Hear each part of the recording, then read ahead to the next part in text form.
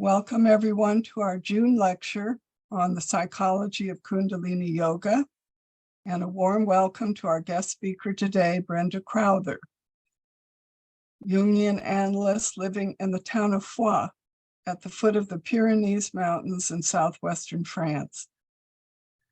Brenda will describe the symbolic and psychological nature of Kundalini as discussed in the recorded lectures of C.G. Jung and in his published seminar notes. She will share with us the similar experiences of a group of her analysands who were practicing Kundalini Yoga. Their experiences included dreams, visions, and physical manifestations.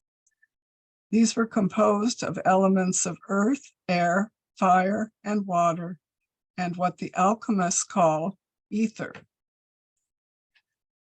Before she trained as a Jungian analyst, Brenda studied painting and art history and worked as an analyst and as an artist and teacher.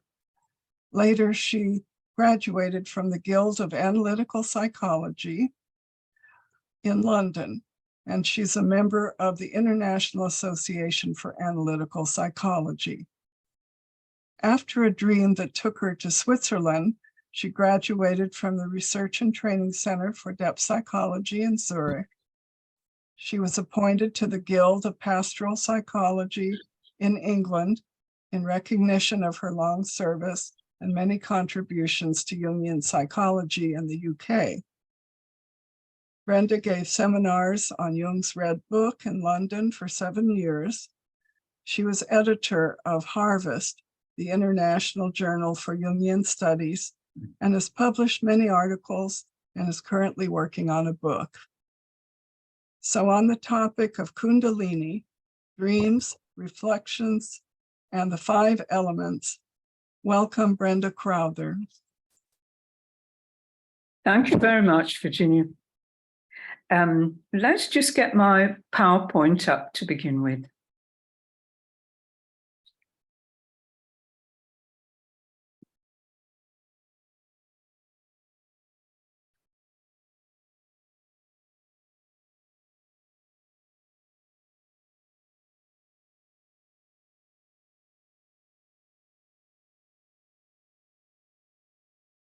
Here we are. I hope you can all see it correctly. Yeah, it's there. So this talk concentrates on human experience, and that's my chief interest.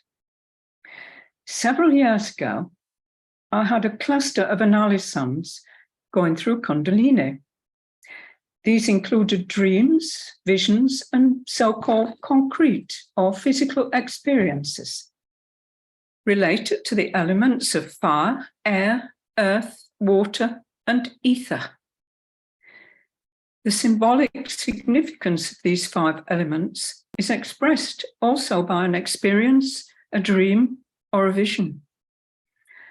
I would like to thank these individuals for being generous and willing to disclose their experiences, though of course anonymously.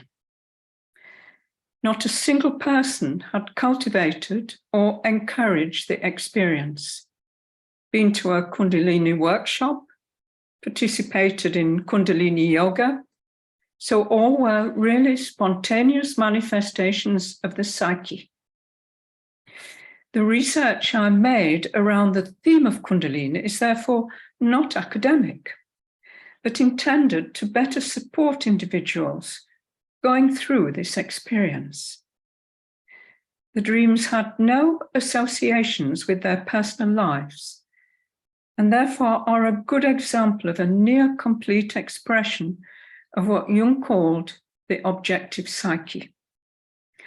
I do, however, explain the system that the Kundalini energy passes through, what happens when it is activated, and some of the relationship between the psychic organs and the physical organs.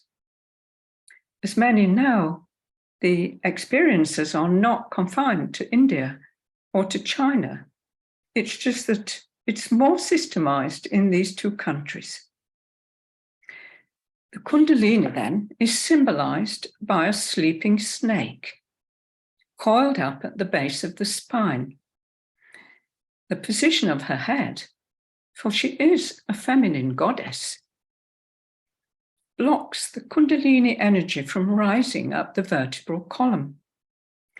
Once activated, of course, the snake rises. Its head goes vertical, it uncoils, and it begins to climb through the chakras. I will express more of this as we unfold the material, but I wanted to give you that image first to follow, because I think it's very easy to picture it. So when she lifts her head and starts the journey, a warning comes, though it is rarely understood on the conscious level. The Kundalini appears as if unexpected, spontaneous. It bursts into ordinary life like an arbitrarily thrown firework. The experience lasts for, on average, about 2 years, though I am aware that significant moments of this happen in meditation. But in this presentation, I speak about the total experience that invades waking and sleeping moments of every day and every night, and the affect that enters into the physical body. The initial experience really feels like a physical onslaught. I'm therefore going to begin on that level. One day, I received a phone call from an individual asking for help with something. His voice was trembling. I thought, I hope he isn't going into a psychosis. He came 2 days later. I needn't have worried. On my doorstep was a young man of about 32, slight and fair, held together well, but in a state of awesome fear. The Kundalini snake had begun to uncoil, and what could he do? I felt from the beginning that it was important to accept the experience and not to try to interfere in what it was trying to say, for it was different for each person, or to sideline it as just something strange. Better, I felt, to root the experience into the inexplicable, to accept it as coming from the mysterious. This means that neither did I work with it symbolically, for I had an intuition that the energy of the Kundalini was coming from the place that actually formed the symbolic image. Therefore, people needed human warmth, support, and some humor in these terrifying moments of invasion by energy that was totally autonomous, completely without mitigation, and at times merciless. One person I heard of, and who was not my patient, checked herself into a psychiatric clinic and was treated with drugs to subdue the Kundalini. Well, what a solution for a religious experience. What an inappropriate way to use rationalism, which has other good uses. With that attitude, the Kundalini risks resting in the psyche as an autonomous power, tied up like one of the titans in the underworld. As you probably know, the old-fashioned word for an autonomous power in the individual is either an entity or a possession. Jung modernized the vocabulary to lessen the fear of modern man, who, passing through the age of reason in the 16th and the 17th centuries, had long since wanted to leave behind what he or she considered to be an attitude from the Middle Ages. Jung instead used the word complex. The snake uncoiling at the base of the spine was such a psychic entity. This, of course, was an objective complex, not a personal one. Lillian Silburn, in her book Kundalini, Energy of the Depths, expresses this quality of the Kundalini process. Speaking of the chakras, and we'll have a picture of them here, she describes them as whirling wheels located around a central axis. And here you see them all. Muladhara, Svadhisthana, Manipura, Anahata, Visuddha, Ajna, Sahasrara. The whirling wheels in ordinary people do not vibrate or revolve. The wheels are jammed because of the knots or tangles in the chakras. So we could ask, what are these tangles? Silban describes them as an entanglement of matter and spirit. These strengthen the sense of ego. Some of these knots are not so easily loosened, and together they constitute the unconscious complexes. Now, we all know how dreadfully difficult it is to penetrate a complex. They get attached to our history, are rigid, solidified, and resist being disturbed. Imagine that when the Kundalini snake pushes its way into the tangles, forces its way through, that the individual suffers the affects. These come as dreams, visions, strange sensations, to say the least, caused by Kundalini energy confronting the knots.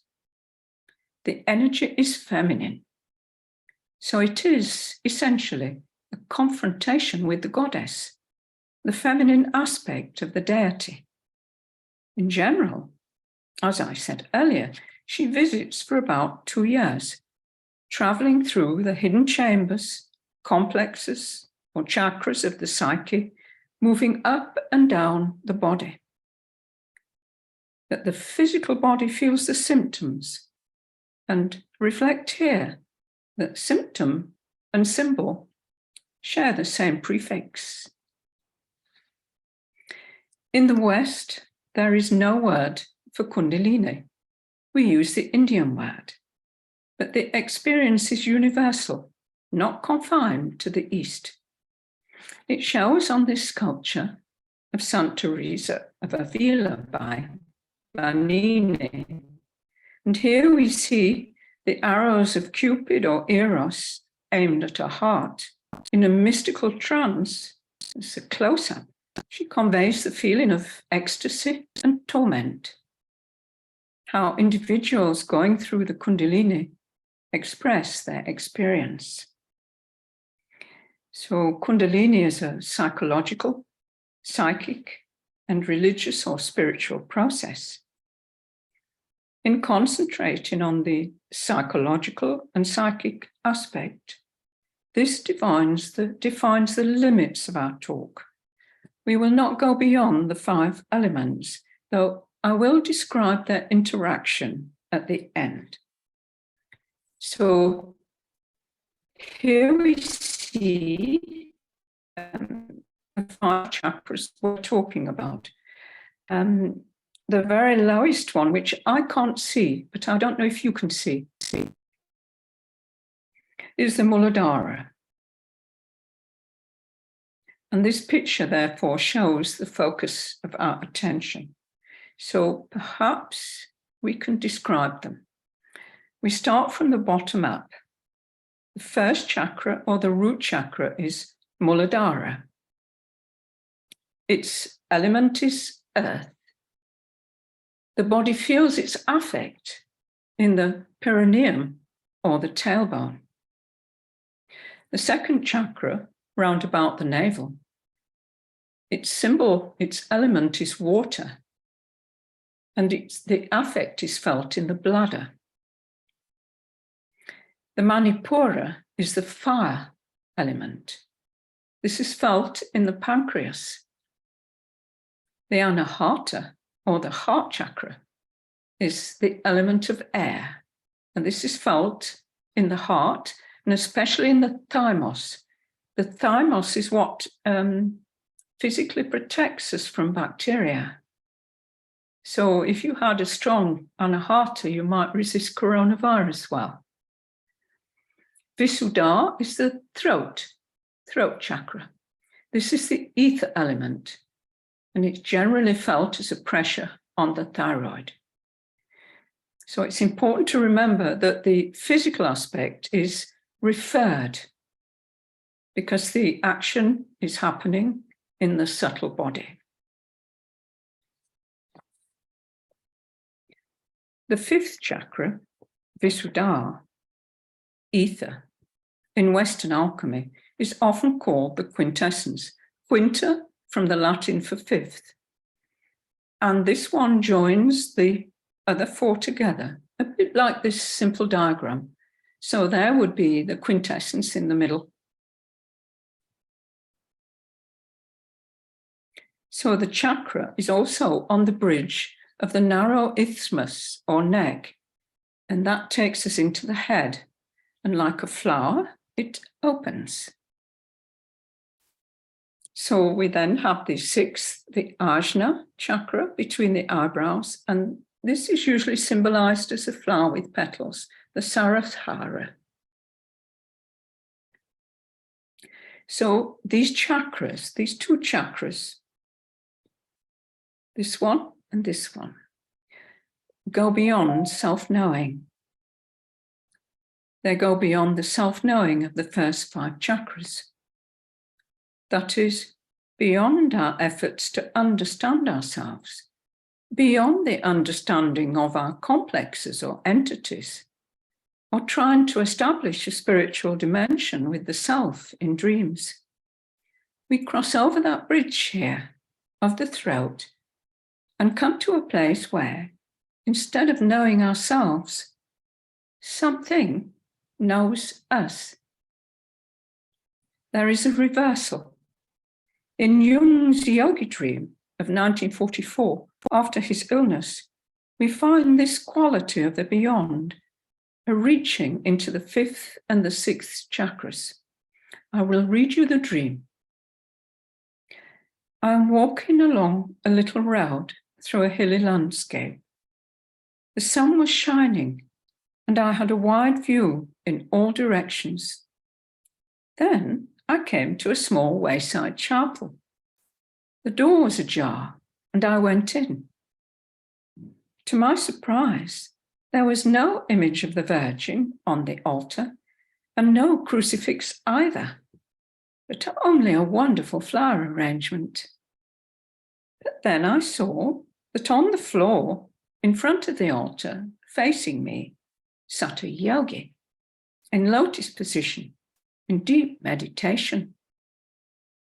When I looked at him more closely, I realized he had my face. I started in profound fright and awoke with the thought, aha, so he is the one who is meditating me. He has a dream and I am it. I knew then that when he awakened, I would no longer be. I'm sorry, Brenda. I need to interrupt. I've received 2 emails from 2 people saying that they can't hear you. I'm hearing you fine. I didn't, when it was just one person, I didn't worry, but now there's a second. So I need to ask everybody, can you all hear Brenda? Please give me a thumbs up if you're hearing her. Is that better if I raise my voice? No, I think that it's like the sound just isn't working for these people, but everybody else is telling me it's working. I mean, most people are telling me it's working. It's very, very strange. Okay, for those of you, if somebody can't hear, well, I mean, these people said they heard me when I gave the introduction, but they're not hearing you. I just wrote to see there's a yes and a no in the reactions. I didn't know that was there before. If you can't hear, Brenda, would you click the no button? It's a red button with an X in it. Well, so there's just a couple of people saying that. So I guess I can't really do anything about it. Try and speak louder. Well, no, I don't think that's it at all. I think the sound just isn't working for them for some reason. So we'll just have to keep going, and people who can't hear it, I mean, I suggested to one of them that they log out and log back in. He said that didn't help, but I would suggest that to everybody. And make sure your volume is turned up. And luckily we are recording it, so the people who can't hear will be able to watch the recording. But at least I'm relieved to know that most people are hearing it. So sorry about this. And Yes, it's frustrating when you can't hear. Very frustrating. I'm very sorry. My sound system is quite good here. So, well, we just heard the dream of Jung's, where he's seen his face on the yogi in the dream. Jung says about this dream, to effect a reversal of the relationship between ego consciousness and the unconscious as the generator of the empirical personality. So this is what the dream does. It affects that reversal. So this reversal suggests that in the opinion of the other side, our unconscious existence is the real one, and our conscious world is a kind of illusion, an apparent reality constructed for a specific purpose. Like a dream seems a reality as long as we are in it. It is clear that this state of affairs resembles closely the Oriental conception of Maya. Maya is the goddess of illusion. So we can perhaps guess from Jung's words that we work with an illusion to create a reality. Maya is the goddess of illusion then. Think now of those knots that Lillian Silburn described in the chakras. She describes them as tangles of matter and spirit, tough complexes that prevent the chakras from spinning. Yet Jung describes matter, this life, as the illusion, and the real life in the objective unconscious, the beyond. To separate the illusion from the reality, one must pass through the alchemical separatio, or separation. In Psychology and Alchemy, Jung describes this process. He says, the spirit, or spirit and soul, must first be separated from the body, and after purification of the latter, infused back into it. So the Kundalini energy does that. It separates out matter, or illusion, from reality by penetrating the tangled mass so that the chakras become free and can spin.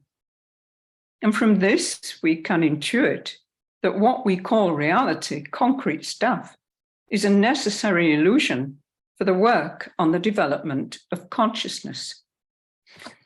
I offer you a small experience of the illusion of matter, the concrete world that we call real. I also call it real because that's my conscious world that I share. It was many years ago, perhaps 30.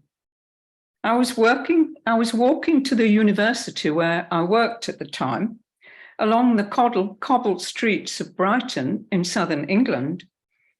It was early morning, fresh and cool, and I was in a very open state of mind. Without any warning, the concrete world disappeared. For a second, the world did not exist. With the same suddenness, it appeared again. My heart missed a beat. I reflected a long time on the experience and gradually came to realize that matter was an illusion and that the spirit living in the unconscious was the reality. The same experience comes in Kundalini. There is an onslaught of sensations, visions, dreams, a super reality from the other side, the unconscious, this reversed world. It makes some people run for the perceived safer, rational world of the psychiatrist.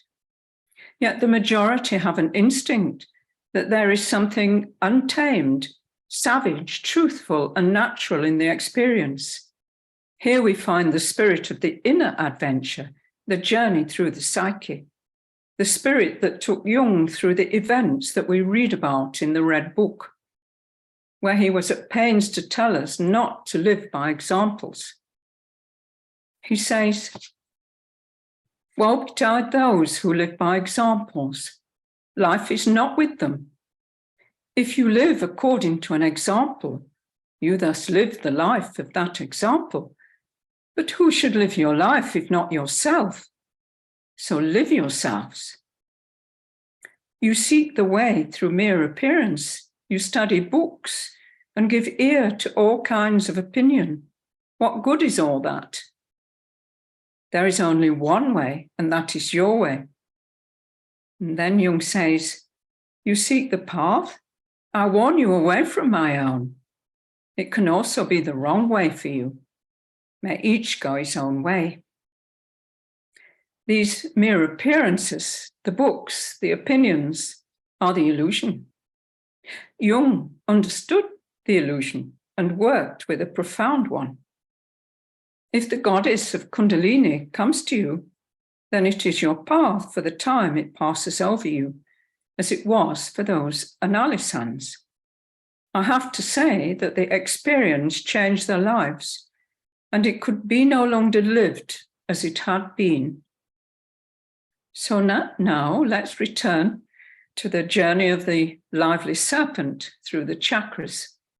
We start with the Muladhara, or root chakra, the first chakra, and as you see, they're listed in ascending order. So we're starting on the bottom.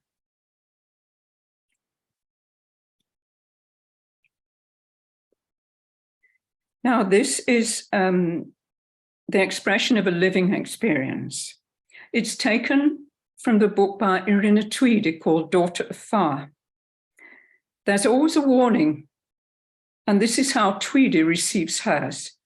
She's with a group of people around her guru, and he turns to her and says, "Supposing there are 4 doors leading into the spiritual life. One of them is gambling, one is drink, one is theft, and one is sex. And supposing that you are told that you have to pass through one of them in order to reach spirituality, what would you do?" He looked at me with a radiant smile. My heart made a helpless jump against my ribs, then stopped. I looked at him helplessly. Someone said, "He did ask you a question, and you have not answered it." He repeated it again. "Well, what will you do? Tell me, if it's only through these doors that you can reach God." "Well," I hesitated, "I suppose that if I have to take the door of gambling, I have to gamble first. If the door of drink, I will have to get drunk. If theft, I have to steal something, and if..." And there, she says, I stopped. There were many people sitting, looking at me, mostly men, listening to every word. "And if it is the door of sex," he asked, with a wicked little twinkle in his eyes. "Well," she says, "I will have to do it too," I said quickly. I was really perplexed, not knowing what he was driving at. He threw his head back and laughed heartily. It made me shiver. This then is Irina Tweedy's warning that the snake called out is about to wake. And then she continues. I felt vibration, a sound in the lower part of my abdomen. I sat up in surprise. No, I was not mistaken. It was a sound. It sounded like a soft hiss and felt like a gentle tickling, as if butterfly wings, or rather a spinning sound like a wheel. A suspicion flashed through my mind that perhaps it was leading to some kind of trouble. It did not take long to discover. I was flooded with a powerful sexual desire. It was just the desire to no object in particular, a kind of wild cosmic force. Then I knew. It was at the base of my spine, just above the anus. I could feel it there distinctly. It must be the Muladhara chakra. I went ice cold with terror. He activated the Muladhara chakra at the base of the spine, and he left the Kundalini there to cook myself in my own juice. So Irina Tweedy began the most terrifying journey of her life. As the Kundalini snake uncoiled and even hissed. The young man who stood on my doorstep also has a warning. It was only when I asked him, after he recounted his experience, for any dreams just before the Kundalini came. And this is what he told me. I see myself from the waist down, naked. All my flesh is withered and wasted away.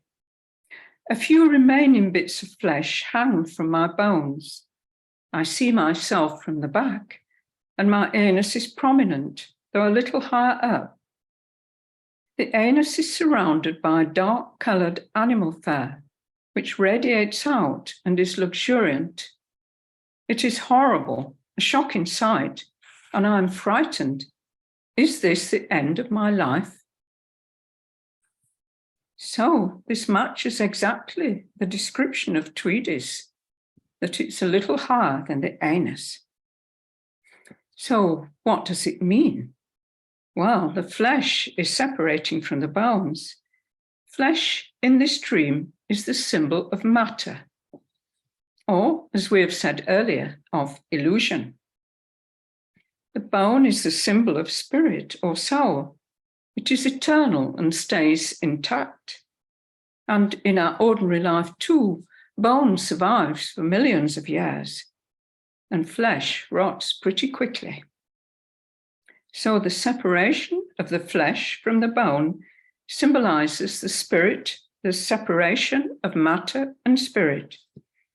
When the work is complete, the matter and spirit will come together in a conjunctio.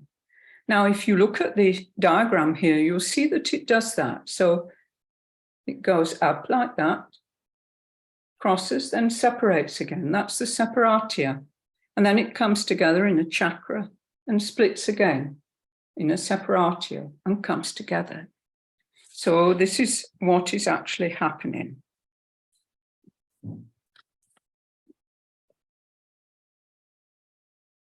And why is the Muladhara opening surrounded by soft animal fur? Fur is the luxuriant clothing of animals, one of nature's wonders. Think of the coats of cheetahs and leopards. Take this further. The ancient shamans wore animal skins during their rituals, and it transformed the wearer. It's in this way that the shaman entered the cosmic realm.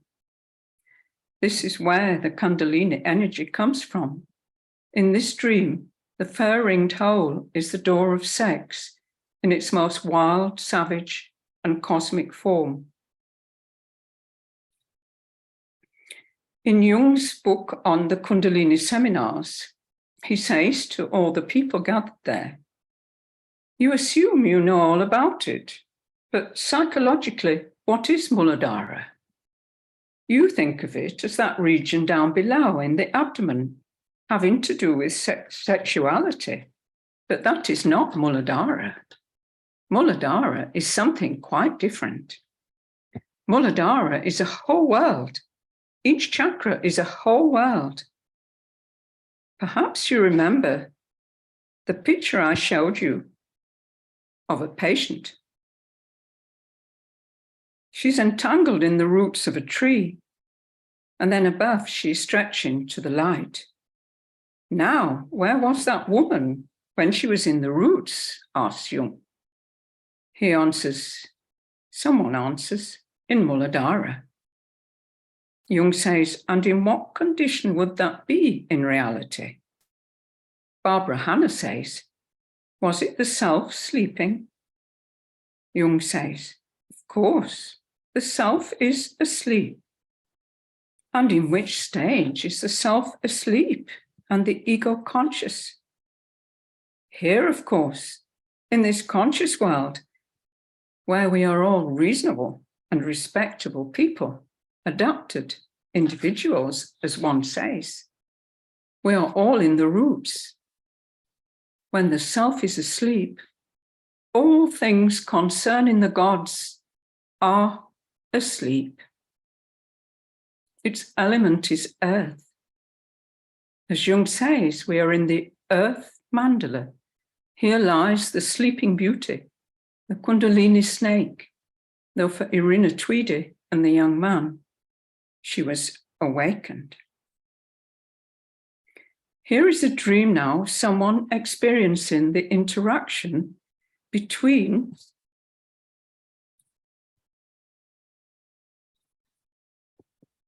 the Muladhara, which is at the bottom, and the Svadhisthana, which is the second chakra.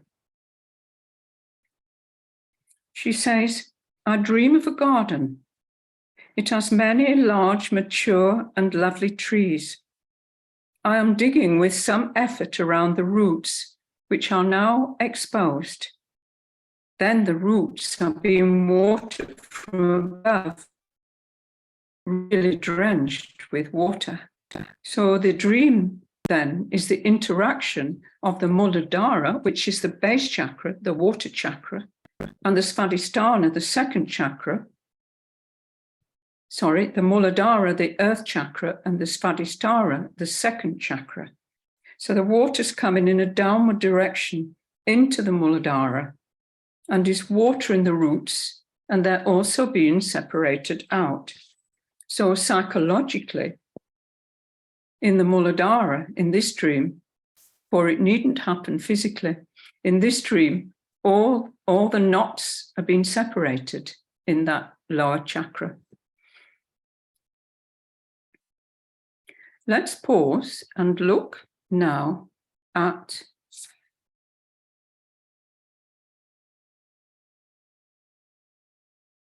the pair of paths. You'll see that as we're going up through the chakras, you see there's a pair of paths that wind. They're called Ida and Pingala. Ida is the moon, the feminine. Pingala is the sun, the masculine. So the one line to the left is the moon, and the one line to the right is the sun. So that's the water stream and the fire stream. And besides these, there's a middle stream, the Sushumna, and that's the straight one going up the middle. The 5 chakras are positioned on the central axis, the Sushumna, just as we see here. So it is a constant rejoining and separating. We have the separation of the two, or the separatio of alchemy, and then we have the coming together between the chakras, and that is the conjunctio, or marriage in alchemy. So this is like analysis. When they come together, we synthesize. When they separate, we analyze. So this perfectly describes the analytical process. This is really the dance of Shiva. Shiva dances the opposites into being, the cosmic cycles of creation and destruction, the daily rhythm of birth and death. In one hand, he holds a little drum, which you can see on the left of the picture. And on the right side, you can see he holds a flame. So the drum marks the beat of time and the temporal life, and the other holds the eternal flame. So time and eternity are the opposites that Shiva dances with. In separation, the old life dies, because it is pulled apart. In coming together, a rebirth comes. The miracle of this dance is of course, the subtle body. This is the dance felt by the body when Kundalini rises within it. The Ida and the Pingala, which we saw earlier, are the ones where the energy is circulating, and they lean into the senses of the physical body. So the subtle body is the cosmic puzzle that resides in the body. And this, in a way, is how we develop consciousness. So, as Jung says, the teaching of the chakras should not be understood as concrete and corporeal. These centers are not corporeal entities, they're subtle. So if we return to the Svadhisthana chakra now, which is the water chakra and the second one, here is the young man's experience of the subtle element of water as it ripples into his bladder. This is an experience of his in the night. He says, I get up every 10 minutes to empty my bladder. It was not a trickle. It seemed to me to be liters and liters of water.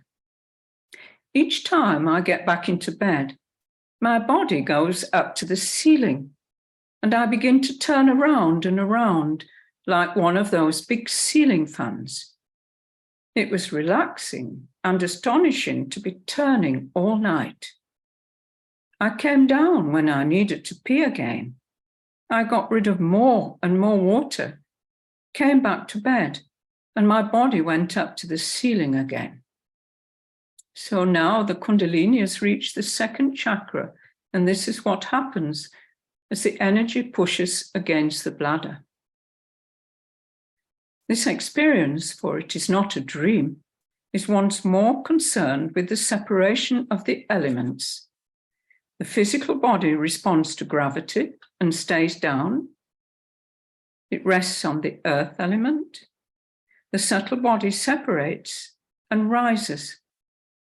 So now we are in the world of Svadhisthana, the water element, the unconscious, which acts as the balancing element. As the bladder fills up, its weight brings down the subtle body, stops it drowning in the unconscious, and joins it once more to the Muladhara. This opening and closing of the gap between the first and second chakras goes on all night. The constant peeing is the symbol of disentangling. If the ego is too swollen, that is, in a state of psychological edema, then the Kundalini in the subtle body presses on the bladder, releases the fluid by peeing, and so deflates. The image of Svadhisthana is the whale in the ocean. There's the image of Svadhisthana, the second chakra.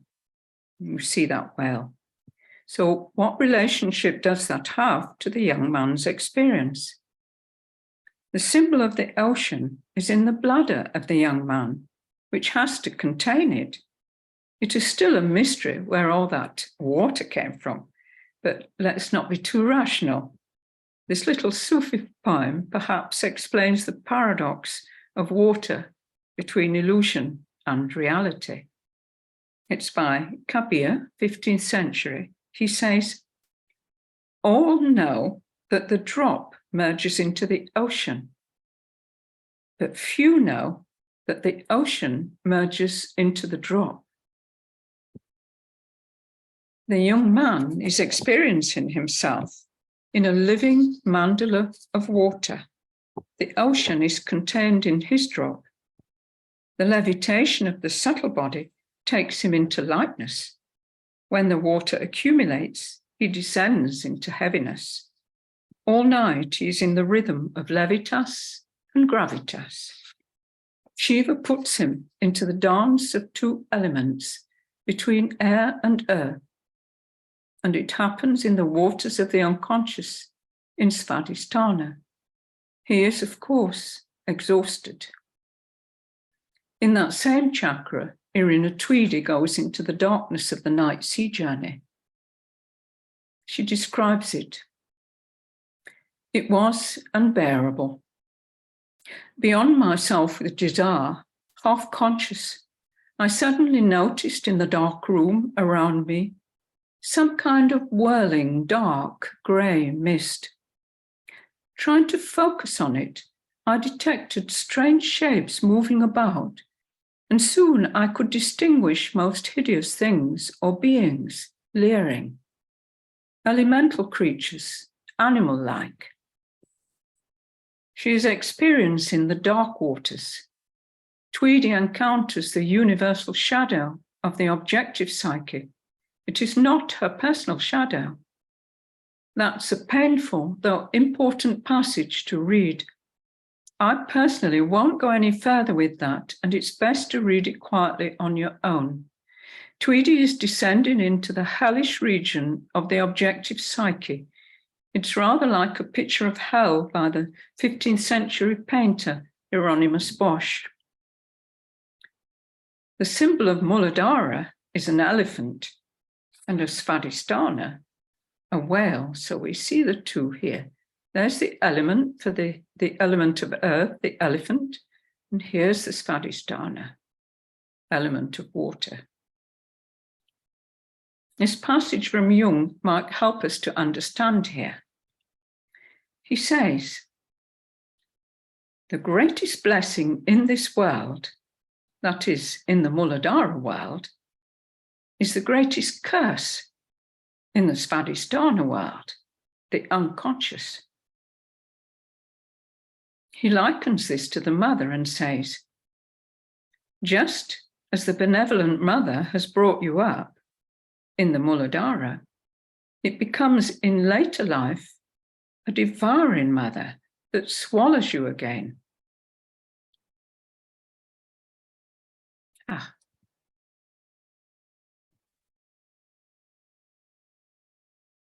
There we are.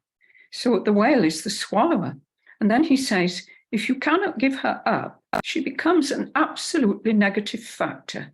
She supports the life of your childhood and youth here. But to become adult, you must leave all that. And at that moment, the mother force is against you. So what does that mean? Muladhara, of course, is in the symbol of the elephant and is the rooted aspect of life. This is the beginning where the caring mother is prominent. But when the same image crosses over into the Svadhisthana chakra, it takes the form of a sea monster. It transforms. So the whale and the elephant are both enormous forces. As the whale, therefore, the mother force becomes against you. And this is the symbol, the fight for the dragon that you have to undertake to free yourself from the mother and to become an individual. So when the Kundalini is working in these two chakras, she's trying to disentangle these enormous forces. The mother complex, not the mother, is an enormous feminine force, like the Kundalini. The third chakra, the fire chakra, is the Manipura. Jung refers to this world as the kitchen of the psyche, where things are cooked. He says of this, one stuffs the food into the pot or into the belly, and there it is heated by the blood. The blood in its redness is fire.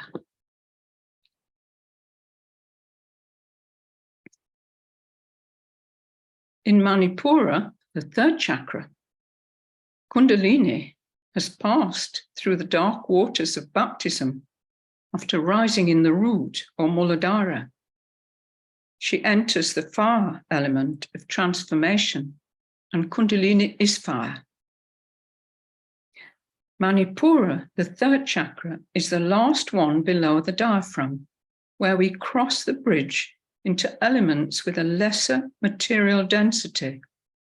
Air for the fourth chakra and ether for the fifth. The journey in the mandala of fire is expressed by this young woman's experience. This is an experience in the night, not a dream. The Kundalini begins to rise higher up my spine with the sensation of a painful tickle. I turned on my back to try and stop it. It rose higher. I turned again on my right side. Then suddenly, flames shot at my back, and I could see the light over my shoulder in the darkness. I couldn't quite believe it, so turned quickly onto my back and lay there wondering, somewhat shocked. A really fierce tickling swept at my back, and once again I saw the flames burst out. I heard them. They crackled like a log fire. They shone against the wall beside my bed. I saw them over my shoulder. Suddenly, they shot at my back as quick as a firework, ascending and descending continuously. It was painful and made me jump, but was tolerable. I found the flames fascinating, especially the sound they made, the whooshing sound that one gets when they get drawn up the chimney. In this picture from Jung's Red Book, we see a similar flame to what the young woman describes, in combination, of course, with the night sea journey. If you look to the right of the flame, below the mauve clouds, you see a boat amidst the curling foams. So the boat itself is a symbol of what stops us from drowning in the unconscious. That is, it contains us. This is why dreams of boats are so important. But it is a very close image to the young woman's experience of the flames shooting up her back. Jung describes also the emotional stage of Manipura. He says, if a patient is in analysis and has reached the stage of Manipura, he is an absolute prey to his passions and emotions. I say to him, but you really ought to be a bit more reasonable. Don't you see what you do? You cause no end of trouble in your reactions. It makes no impression whatsoever on him. But a further stage comes when the chakra roots are disentangled. And Jung's patient can leave the emotional state to find the feeling quality in life. One of Irina Tweedy's experiences describes the transformative effect of fire. The Kundalini almost sets alight her body, and she is able to see it. She says, at first I thought that my blood was getting luminous, and I saw its circulation through the body. But soon I became aware that it was not the blood. The light, the bluish-white light, was running along another system, which could not have been blood vessels, for I could see the blood vessels too. They were pulsating with every beat of the heart, doing their work of supplying blood to the tissues. But they were not the carriers of light. This strange unearthly light, clearly seen in a semi-transparent body, used other channels. The whole nervous system was clearly visible, and the light was circulating in it, just as the blood does in the blood vessels. Only, and here was the substantial difference, the circulation of the blood stops at the skin, but this light did not stop at skin level. It penetrated through it, radiating out not very far, about 9 inches. It came out of the body and re-entered the body again at another place. It seemed like a luminous web encircling the body, inside and outside. It was very lovely, the web of the universe, I thought, and was fascinated by the unusual and very beautiful sight. I became increasingly aware that the body seemed to be on fire, hotter and hotter, more and more unbearable, and more luminous, shimmering. When Jung's patient in a reactive emotional state becomes aware of what he's doing, then the diaphragm is crossed.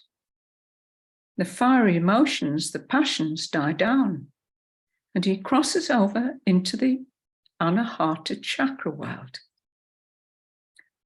This is where feeling begins, and you will note this discrimination between feeling and emotion.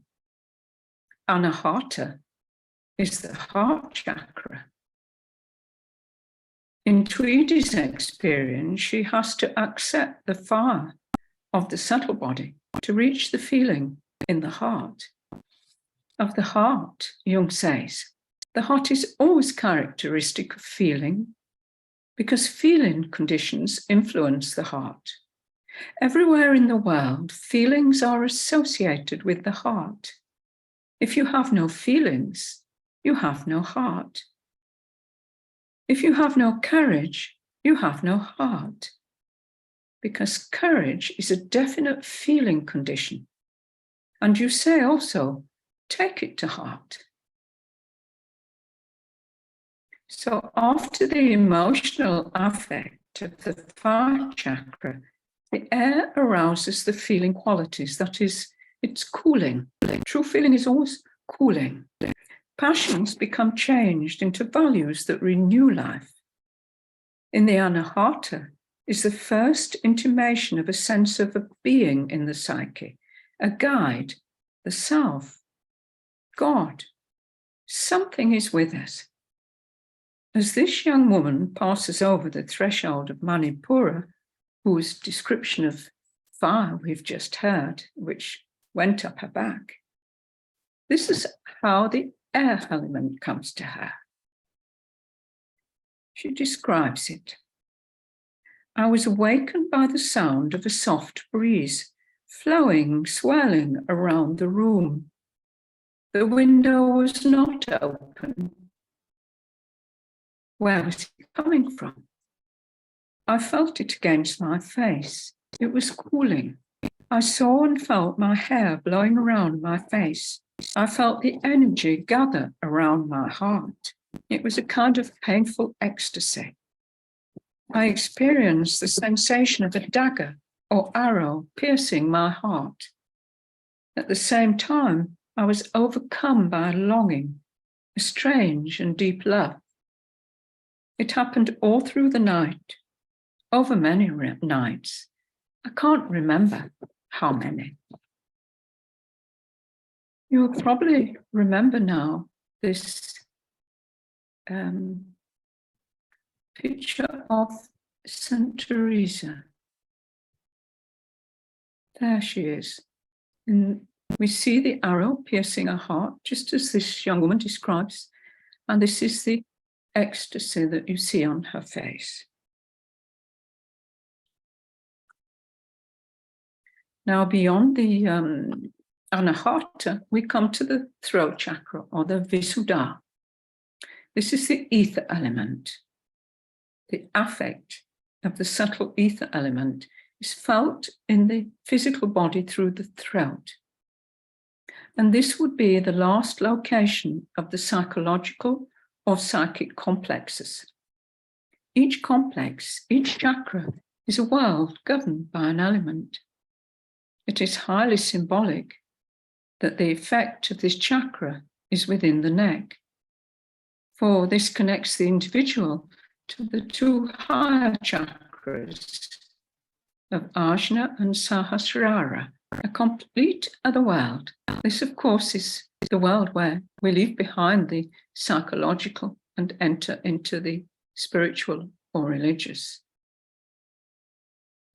So the next experience comes from a woman who has already felt the Kundalini in the 4 chakras beneath. And this will be our last experience.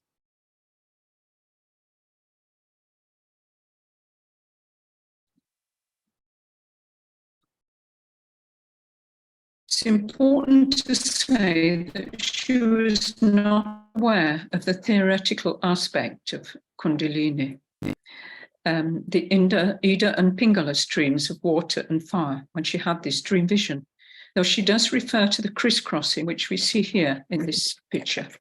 And this is her dream vision, she calls it, because she begins with a vision and finds herself in a dream. As I am falling asleep, I have a vision, and this continues throughout the night as one long dream.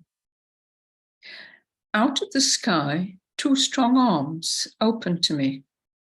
They seem huge and strong, and seem to come out of a cloud. The arms are crossed, and they are offered to me as I stand on the earth.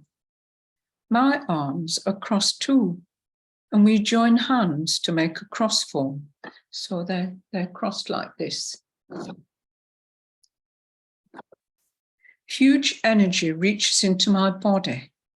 This moves in waves on the same frequency as this energy.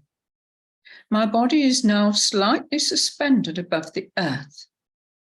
The arms hold me tightly so that the energy can cross over into my body. I feel really held by this energy, which is channeled from above to me, below. The current in me intensifies.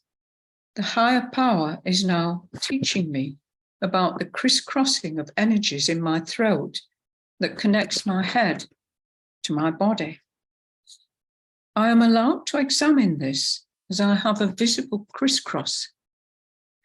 Something is downloaded into me in the night. There is a feeling of as above, so below. I am told there is a crisscross near my navel that connects the upper part of my body to the lower part. I feel strongly connected to the earth. So here we're connecting in this crisscross into the Muladhara, crisscrossing into the Manipura, and she's also feeling the crisscrosses into the throat.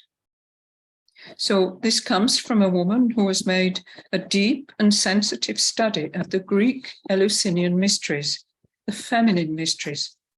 She had many experiences of this in dreams and visions. The crisscrosses that she experiences are the Ida and Pingala crossing each other in the chakras. The Visuddha is connecting her to all the other chakras. She's told that the crisscross near the navel, which is below the diaphragm, connects the upper and lower parts of the body. In this, we can intuit that the total network of the subtle body is awakened. Of this, Jung says, in Visuddha, we reach beyond our actual conception of the world. We reach the ether region, where the psychical reality is the only reality, or where matter is a thin skin around an enormous cosmos of psychical realities. The real existence, as we saw in Jung's yogi dream, is therefore psychical. So let's end the experience describing the totality of the circulation of Kundalini through the 7 chakras. She says, the same person, I went to stay with a friend. She put the sofa cushions on the floor. She didn't have a spare room. I feel the energy circulating when laid down.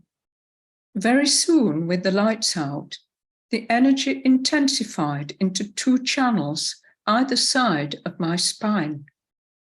The energy rose along one side, crisscrossing at certain points in the body. As soon as it got to the top of my head, the energy expanded, then reversed, and came down the other side, crisscrossing again. It went into the pelvic area, spread into the feet and legs. All my cells vibrated in what I can only call a cosmic orgasm. It circulated continuously. It went on all night. So we're seeing the whole of the subtle body awakened in this circulation of the Kundalini.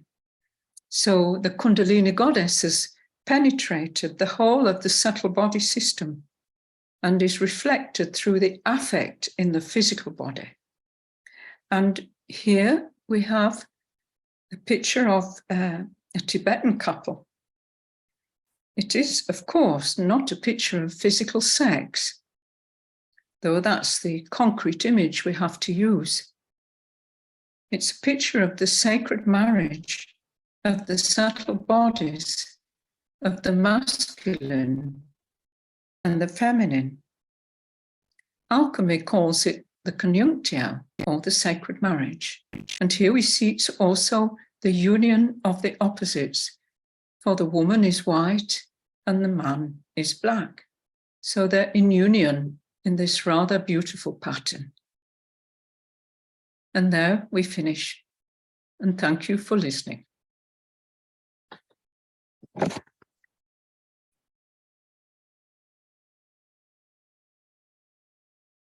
Thank you. Do you want to maybe close your PowerPoint so then we can see you enlarged when we're doing the Q&A? Just do stop sharing. Yes, I'm looking for it. Can't find stop sharing. Hit escape a couple times. Oh, there we are. No, you're there we go. There we are. I will tell you that, so first of all, people, if you have questions, please use the raise hand function. But meanwhile, I will tell you that several people who were not able to hear you, but were able to hear me, emailed me, and 5 people emailed me. And of the 5, 4 are your colleagues in England who are very disappointed that they can't hear you. Oh. And 1 is in Portugal. So we think it has something to do with location. It's like Zoom. Yes, it could be. Blocking your sound from going to England and Portugal. I mean, there may be some other people who didn't email me, but I do see other people on the list that I know are in Europe and they've stayed on. So I'm assuming they hear you. So yeah, luckily we are recording it. So all of these people have said that they will be watching the recording, but it's kind of I'm sad. very sorry that that's happened. Yes, it's a shame. And I've tried Googling, I tried looking at Zoom help. I can't find that this has ever happened to anyone because it's not showing up when I do a search. So I will contact Zoom later, but it's a really unusual thing that happened. Let's start with Mandana Chambers. Let me send you an unmute request. Brenda. Hello, Mandana. How nice it is to see you. It's divine to see you. You're going to publish this, right? Eventually, yes. Okay. I was going to say, you blew my mind, as usual. Thank you so much. This was amazing and very synchronistic in my own life. So thank you. Thank you very much. I also wanted to bring up something. You may have heard of it. I don't know. But as I was, we have a Jungian analyst in America called Charles Zeltzer. I'm sure you know of him. Oh, yes, I know Charles, yes. So he's done a lot of work on Kundalini, and I happen to have studied his material. One of the things that he said, he compared, well, kind of made it was a little bit more simple, but the lower chakras as the earthly correspondence to the higher chakras, which are more, spiritual correspondence.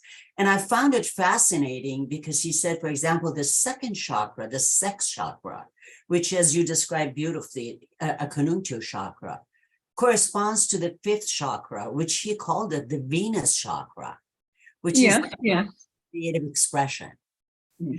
The third chakra, he referred to it as a power chakra, which we need in our youth and adolescence to separate and whatever, corresponding to the sixth chakra.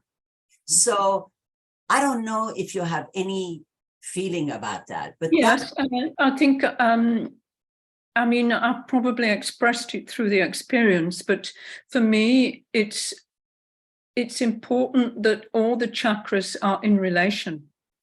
But what happens is that as we grow, for instance, that's why I gave the example of the mother complex. You can't expect your mother complex to be the same now as it was then. And if you leave it untouched, then you're going to get devoured. So as soon as you get into the water chakra, where the devouring whale is, when the mother's changed from a loving one to a devouring one, you've got to do some work. And so Kundalini comes to loosen the knots. You're assuming people have a very positive mother complex in that case, but no. Okay. Other thing, the awakening of the Kundalini serpent, doesn't it necessitate the descent of the masculine who wake her up, or does she wake up automatically? I couldn't really find out how it woke up, apart from the one for Irina Tweedy, where her guru woke it up. Okay. Just because he was powerful and could do that. And he gave her a warning about the doors with the sex, the gambling, etc. So that was woken up by her guru. The young man, his just happened after a massage. That's when he got thrown across the room. He was literally thump, like that. And the other one occurred after reading Irina Tweedy's book. Someone read her book and said, I've just read this book and that's happened. So what is it that touches the human being? It must be really different in all cases. And I think that's what I liked about the human experience, not to make it into a system, whereas if you do that, this happens, but that throughout the human experience, something touches us. We're not quite sure. We can locate its history, but we don't quite understand. I'm rather more interested in that than the systemization. But that could just be my character. Thank you very much. Thank you.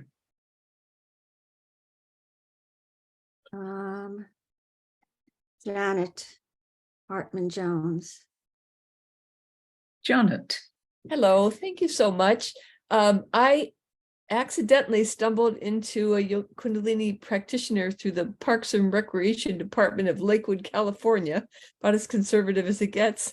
And I knew about Kundalini through my study of Jung. And I was about 5 years after menopause.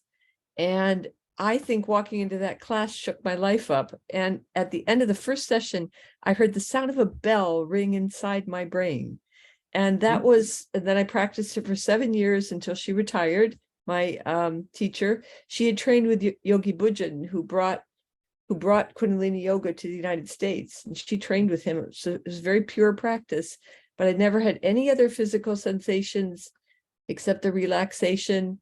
And I was forced to do analysis about 3 years later. I had no choice but to go into analysis. So it did change my life, but very, very subtly. And I so appreciate the talk. Thank you. It's not everyone that experiences the Kundalini through the physical body. It sometimes stays in the subtle body or etheric body. Mhm. But if you went into analysis after it, you would be separating analysis, synthesis, analysis, Right, synthesis. right. Totally The changed my life. So I'm so Yeah, the grateful. dance of your life. Yes. Yes, thank you for that. Rebecca Stone. Hi, how are you? It was a wonderful talk. I've listened to you before, and I just love what you just said about the young man in massage, because my work, I'm a massage therapist, also a hot yoga instructor, but my work has been more in the physicality rather than chakras or the ethereal body through the physical body. Again, I started analysis after my own father's death in 1989 and did an analysis with a Jungian till 1995. But again, my own personal work is in the touch and the change of the body through touch and through the release, the old energy releases of the old complexes.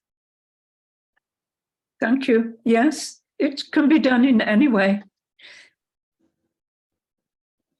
All right, thank you.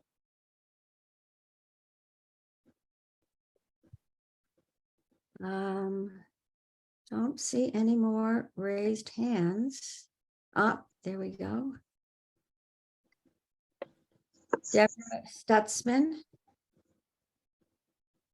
Thank you. Yes, it was a fabulous talk. My question has to do with the energy going between the chakras. You described it so beautifully, and I need to know so much more. But so when it goes from one to another, does it also keep going back and forth? And then it goes up higher. Yes, it goes back and forth. So it would go, if there was more clearing or movement that needed to happen lower, it would go back down through the chakras, or is it that specific? Yes, you probably noticed that when it did this rhythm, it crossed over between the chakras, not in the chakras. So what happens is that there's a between above the chakra and a between below it. So in effect, the particular chakra is surrounded by the moving energy. Okay. It's not. And in that way, that disentangles the chakra or the complex. So that's where the work goes, right? That's where the work goes. Analytic work is in that outer thing, right? And then the analytic work follows the rhythm of the chakras. That is, at some time you are analyzing, and at some time you are synthesizing. So you will pass through moods where you analyze a situation, and then suddenly you'll think, oh, that's it, I've got it now. Something's happened to make you realize something. That's your synthesis. And would you say that it needs to be a conscious realization that has been analyzed like in logical terms, or can it just be synthesized in your body? Just into the body. I would say it's best to leave logic alone because it has its own logic. And once it begins, it doesn't share it with you. So I'm an analyst, and I guess I'm trying to understand how the analysis work with the people, with my analysands, where that might fit theoretically. And that's probably, I'm probably doing exactly the wrong. Well, the analysis is obvious. You're pulling things to pieces. You're looking at people's experiences, examining it, talking about it. They go home, they have a dream, they bring a bit more back. You analyze a bit more. And then perhaps there's one day where suddenly things come together and they think, oh, it's funny, I don't seem to have that problem anymore.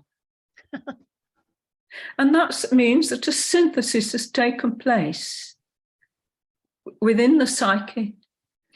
It depends really on the person and on you, whether you would wish to lead someone through that experience consciously or unconsciously. And usually we have an intuition whether someone has come because they really want a conscious examination, or they've come because they want to be relieved of something, of a burden or something. And there are loads of people in between. So the Kundalini chooses, my feeling is that the Kundalini chooses and we don't, we follow. Uh-huh. Does That's- that make sense to you as an analyst? It does. It's beautiful. I've not done yoga. So I mean, I've done a little yoga. In You my don't life. need to do yoga, and yoga is not physical postures, it's your state of being. Yoga, if you analyze the word, means to link to Uh-huh. God, to yoke ourselves to God or to the self in Jungian terminology. How do we link ourselves to the self so that it guides us? That essentially is yoga. Jung's work is the yoga of the West. I feel like I don't know enough to ask the right questions, but I really, I want to read the books you suggested and learn more. But you used the images beautifully. I guess one other question is, you gave examples of people who like got thrown across the room or whatever happened to them, or they were burning up all night. So are there differing degrees of intensity with people? Like, can we all not, having had some kind of major opening of a chakra or even minor opening, would we not have some kind of body response? Some people don't have any affect in the body as I described it. I use those experiences because they so perfectly express the elements and explain the chakras more down to earth in a way, because we understand and feel our physical body, and it's important to feel that. But some people, usually very well-grounded people, don't experience physical affect. The complex somehow disentangles. You just see the psychological effect. Well, I won't keep everybody. I just want to say thank you for this, and thank you for your one on Eleusinian mysteries. And I want to say hi to Elaine Molkanoff. Thank you. Thank you. Lynn Parta. Thank you very much. So much appreciated. All that you described so well.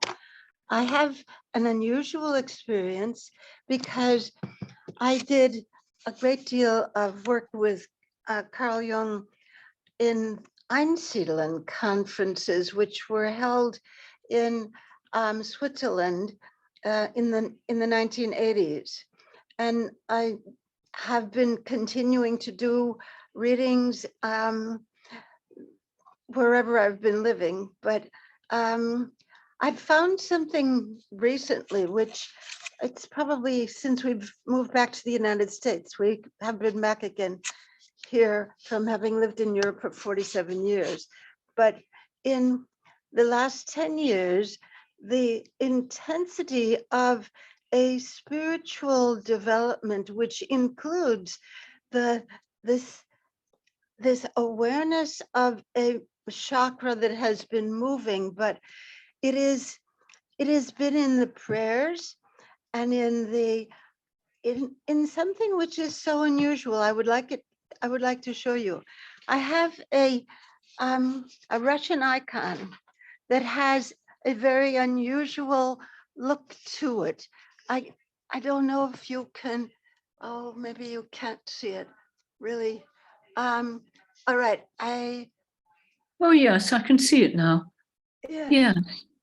But this icon is one that is over 200 years old, and it has a split in it, which is in because of course, it physically makes a roundedness to, I can show it to you a little bit from the side, maybe you will see.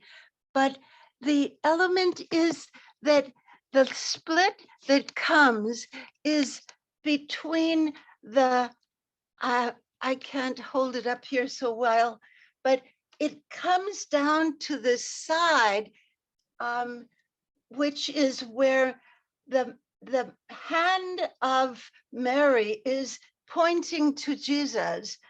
But in that, there's a split that by the right lights, you can see that it is something that is meant to be able to deal with this separation.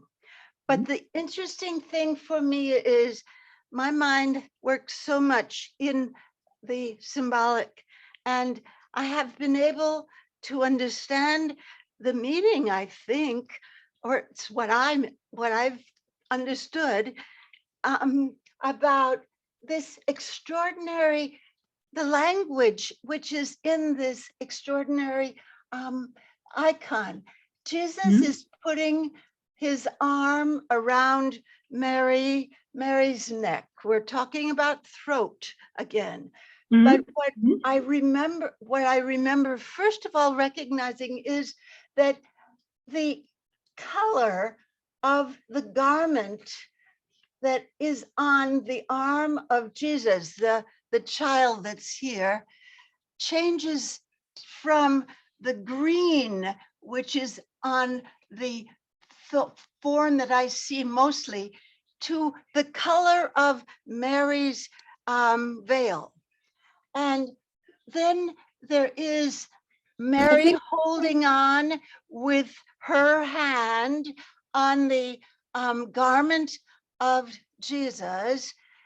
And then this other arm, which has a light in it, which is what one day I was recognizing, reminded me interiorly of a sense of what happened on the mountain when there was such a fear that came to the those who were in various places which were on the mountaintop.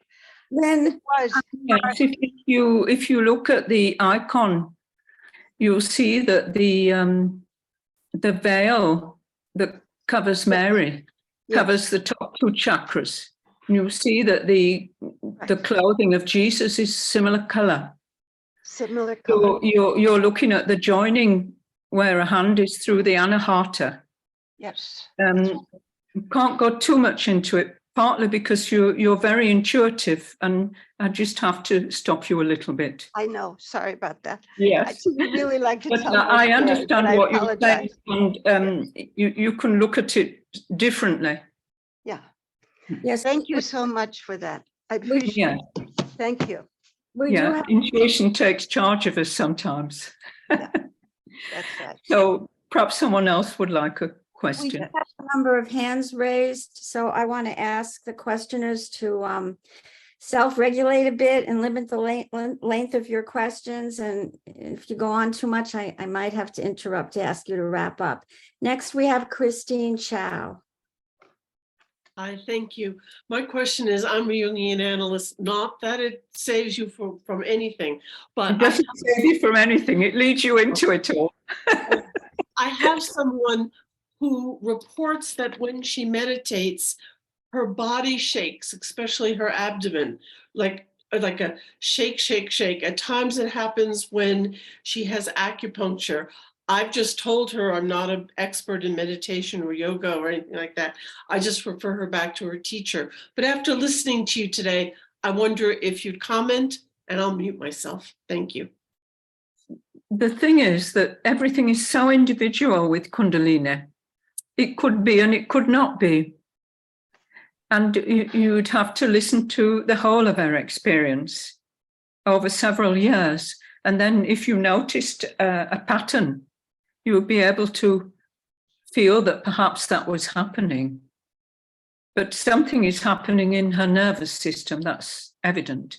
And the acupuncture runs along the nervous system, and in fact along a channel which is by the side of the nervous system. So it does run along the subtle body. So she would be best to discuss it with her acupuncturist. Okay, Shahrazad, Shoshani. Hi, Brenda. Thank you for such a rich and deep and wonderful presentation. Having known a little bit about Kundalini, your way of rendering it really brought it home. Thank you. Thank you. When you talked about Visuddha chakra, and you said it's the element is ether, and it's the last psychological chakra.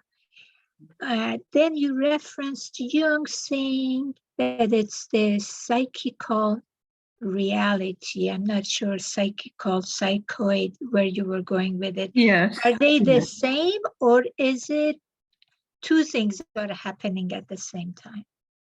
The Visuddha, the throat chakra, is quite a meeting point, because it announces that if the Kundalini rises, it leaves behind the psychology of the human being and enters into a different region.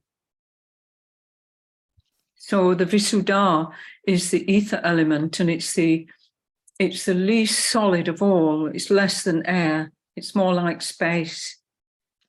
I see.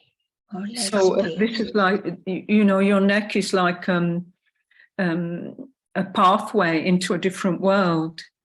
Jung describes it in his yogi dream, where he says that the psychical reality is the real reality. Mm-hmm. And that this is what he sees, that above the Visuddha, everything reverses. You no longer have the analytic mind of analysis. You leave that behind, and you enter the region where something is looking after you. And that's beyond analysis. So it's the spirit or the archetype, or, you know, and the, what was this chakra, Bindu, and all the complexes lotus. which are made to spin. Mm-hmm. They're all archetypal complexes. Right. And so sometimes we can link them with our psychological life. For instance, the mother complex is often linked with the mother. But as soon as the complex is formed from the interaction between the person and the mother, it becomes an archetypal dynamic. So you're required to get the bottom bit sorted on that. Right, but when it gets to between the eye level or the lotus level, can we say it's the spirit as an archetype or as unknown, whatever that may be? The archetype is never seen, only the archetypal image. So what I showed you tonight were archetypal images. You cannot see an archetype. It's invisible. Right. It's God. Exactly. It's bigger than the atom bomb, if you want an image. Right. If you look at the creative, destructive potential of nuclear power, and you've seen a picture of the mushroom cloud, that's an archetypal image of an infinite power. Mm-hmm. So the self or God come as often archetypal images. Right. Like Moses and the burning bush. Burning bush is an archetypal image, because otherwise he would burn to cinders. Mm-hmm. So we can't see or meet an archetype without a mediating image. So once you get past here, there's less mediating image, and you go into a world where there is no personal association at all. So it is a spiritual world. spiritual experience of Yeah. something. Yes. Exactly. So no image here or here. Mm. So this is the bridging point where it begins to transform. Mm, It's also the chakras, self-expression. right. Thank you so much. That made all the difference. Thank you. Thank you very much. Bruce Gordon. Yeah, hello. I think this it has explained so much to me, in part as a result of making sense of the throat chakra as a kind of linkage between, I think, what Jung saw as the guiding image of his psyche in that temple, something that subverted his particular ideation around sacred space and brought him into a relation with something beyond himself that was himself. So, having gone through some Kundalini experiences that were, in a sense, enforced, and the last two images you shared were so astonishing to me, both of the burning bush and the mushroom cloud, because I encountered something that reminded me of both. And those were my exact thoughts when I was watching the moon last night arise beyond some trees, and then noticed that as it appeared through the clouds, it was in a sort of mandorla above the tree that I had not seen, of dead branches. And the one question I have, because my experiences have included a sequence of 5 bells that recurs for me, because these sounds that you describe that people are hearing or sensing in their persons, I experienced in my room, in the 4 corners of my room, sequentially on nights after a very powerful accident that occurred on a street called Lead. And I understood that as a very dark and heavy energy that I now equate, because it was a blow to my solar plexus, or to my sacrum, which is itself a fusion of 5 bones. And so these tones of the 5 that I think are encompassed in the sacrum, and then expand into the rest of this 5-fold base of our chakra system, and then to a higher space. So my question is, your question, sorry. yeah, I felt I needed to include those because it was so astonishing that you brought up those 2 images that the moon created through this cloud so explicitly for me. But the insistence on a crossing of the Pingala and Ida, I think, is mistaken, and I've seen that spoken many times before. There is a crossing from a certain perspective. As we turn the figure of the human chakras, it can change. But the point is, there's a kind of polarity created around the chakras. And if you look at that image closely, you can see that the white Pingala and the black Ida supersede one another. So there's a clear overlay. And for me, that's a spiraling, like the double helix.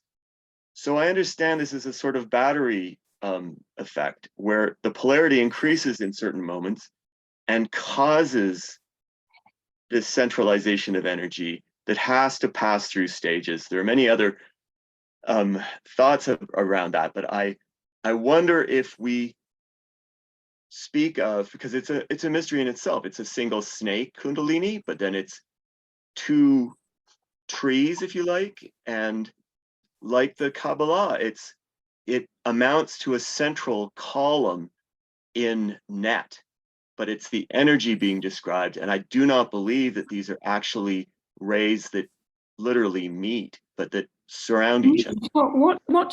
What's your question, Well, Bruce? how is it that you see these things crossing literally when I think in the depictions, this is a three-dimensional reality that's apparently crossing. It's Would you say what your question is? And then we can... helix. Well, is it not a double helix? Would you? Well, it's like this. It's like this. Can you Right, see and it? one is crossing in front of the other. So Yes, they're not you've got the crossing- chakra here, right? Right. And then there's a crisscross above it and below it. Well, that crisscross would be different if you viewed the figure from the side. Not necessarily, no. Well, that's You what have the nature of to- a helix. You have to imagine a bit further that you are three-dimensional. And Well, that's what I'm saying. Human experience was systemized, especially by the Indians, into the patterning that you see.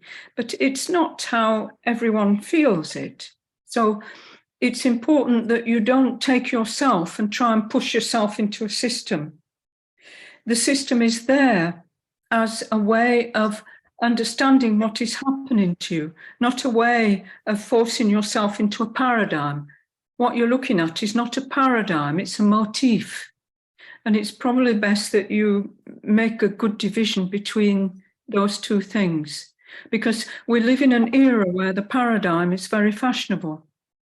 But a paradigm essentially is something outer, which is often pushed onto something so that we understand in a new way.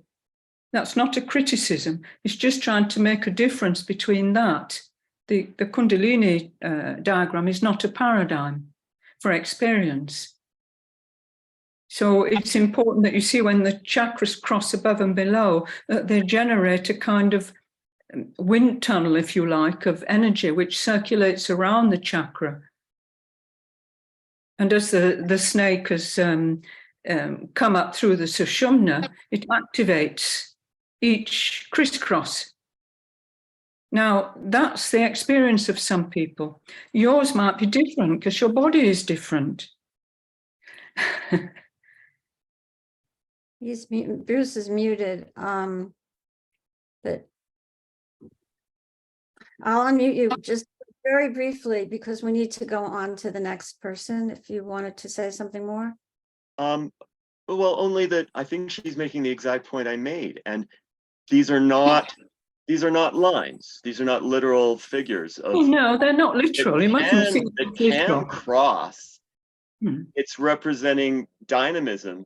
Either they're in a kind of equipoise or they're maximally polarized around the chakras. And that is a helix that is spiral. If it was It's a helix. You can see it like that. But okay. It's important that you're not using a paradigm. But it's that's your the point. experience. Right. That's the point. We're in the physical space where we have to represent things physically, just as we do in the subatomic. There's symbols. Space, like Richard Feynman diagrams. It's the same idea. But it's so much more literal to say that they're crisscrossing when they're actually superimposed. But there's a view where there's a balance in our left and right hemispheres in our left and right reality. Now you're going into something different. But just to Okay. say that the crisscrosses are conjunctios. And they are polarizations, and polarizations need to happen, and they are a form of conjunctio. And then the polarization splits, but the energy is still circulating. Okay, I think we will go on to what looks like the last question from Mara Schaefer. Yes, I wanted to thank you so much for this wonderful presentation because it's helping me balance some of the experiences that I've had with Kundalini. I was initiated by a guru into chakra meditation around 50 years ago, and I've done chakra meditation on and off for around 50 years. But the most powerful Kundalini experience I had was with practicing Tantra yoga with my ex-husband. And we did a number of tantric yoga techniques. And one thing that hasn't been mentioned here is the intermingling of the sexual energy rising in an orgasmic wave with the Kundalini. And I was wondering if you could comment on that, because like with the picture of Saint Teresa, she's obviously having an orgasm in addition to whatever else she might be experiencing. And if you could comment on the sexual aspects of Kundalini. The sexual aspect is the concrete symbolic image of what is happening within the psyche. So every time the Ida and Pingala crisscross, however you understand that, it is a coming together of the masculine and the feminine. And this coming together of the masculine and the feminine endures as long as it needs to before it begins to rise again and crisscrosses again. So symbolically, I think even Tantra sees the use of the body as symbolic in order to generate the two forces of the masculine and the feminine.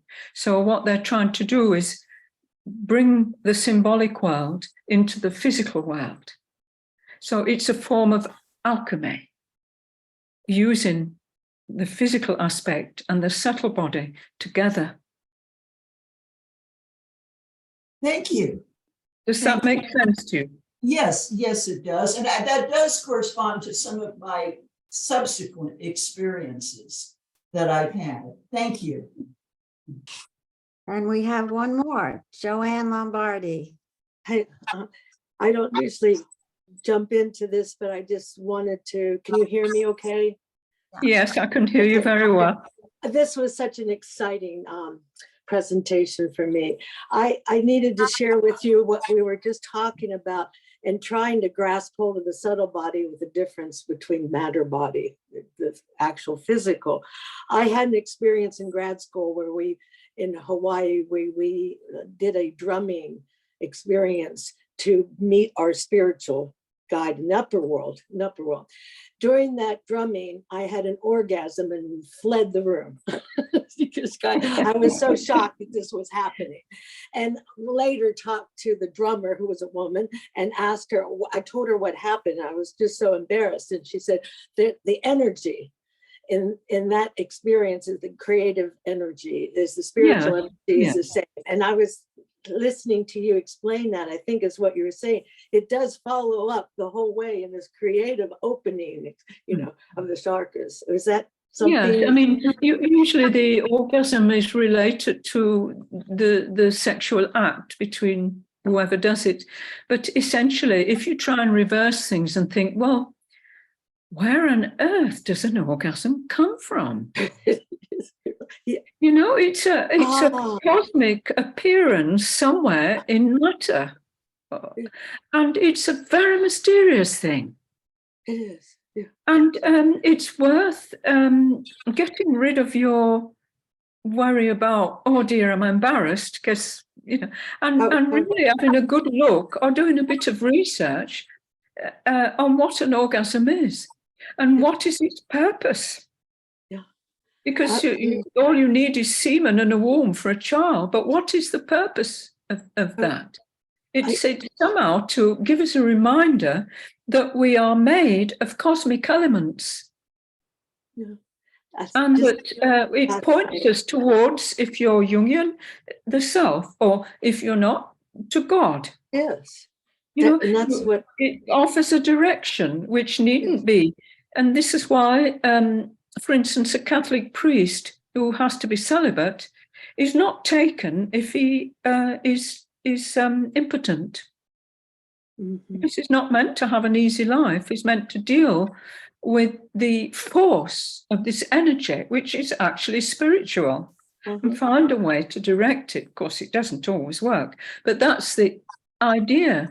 So we're looking at the sexual aspect as a cosmic imprint on us. Yeah.